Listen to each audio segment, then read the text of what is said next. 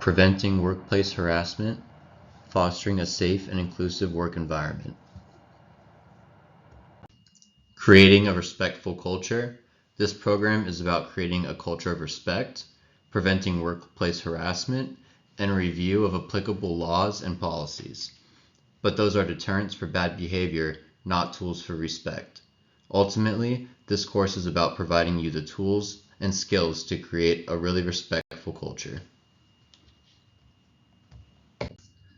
Impact of policies and laws.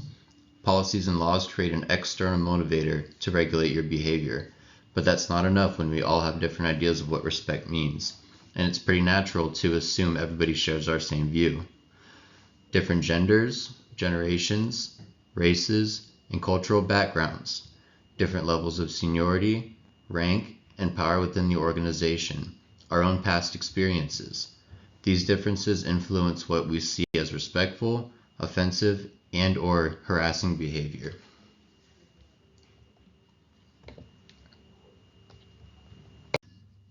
It starts with a shared language. Our starting point has to be a shared language, since respect or harassment mean different things to different people.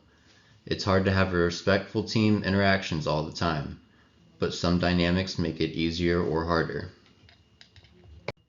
In groups versus out groups. People like to be members of groups that share their interests, values, hobbies, etc.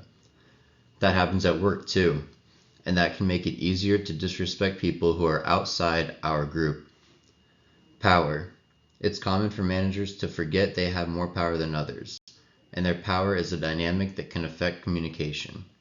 Power can make less empowered coworkers feel vulnerable and like they cannot say no to a request. Pre-existing mindsets. All of us have an understanding of respect based on our life experience. We have different tolerance levels for disrespectful conduct. Interactions between employees with different understandings and tolerance levels can create friction. Established norms.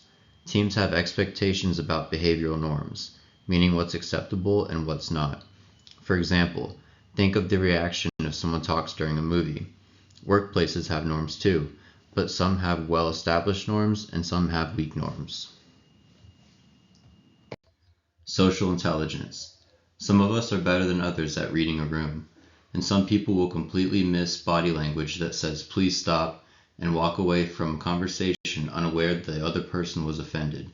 Low social intelligence increases the risk for disrespect. The workplace color spectrum. Let's talk about how this handy tool works.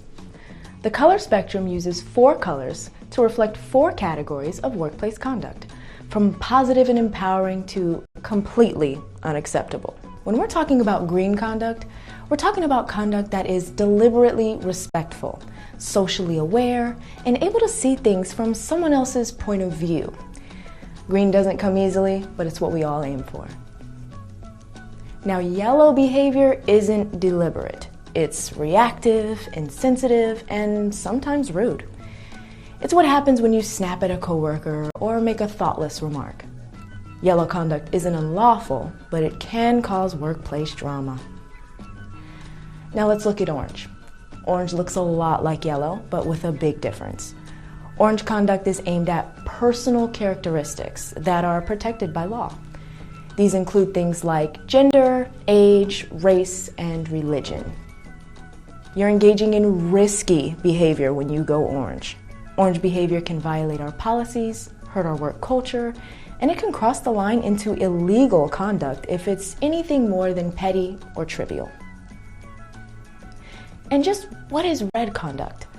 Red conduct is aimed at personal characteristics too, but it's almost always unlawful.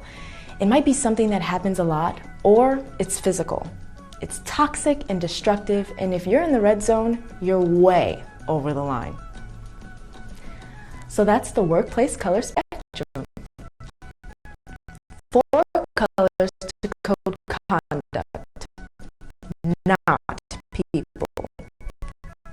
Use the workplace color spectrum to label actions, not people. After all, even the most thoughtful people behave poorly at times. We all do. The key is having a shared language to course correct easily. Non-triggering feedback. Let's face it, people are complicated. They often don't say what they mean and don't mean what they say. And telling someone they're harassing you or others, those words are adversarial and are bound to create, not solve, conflict.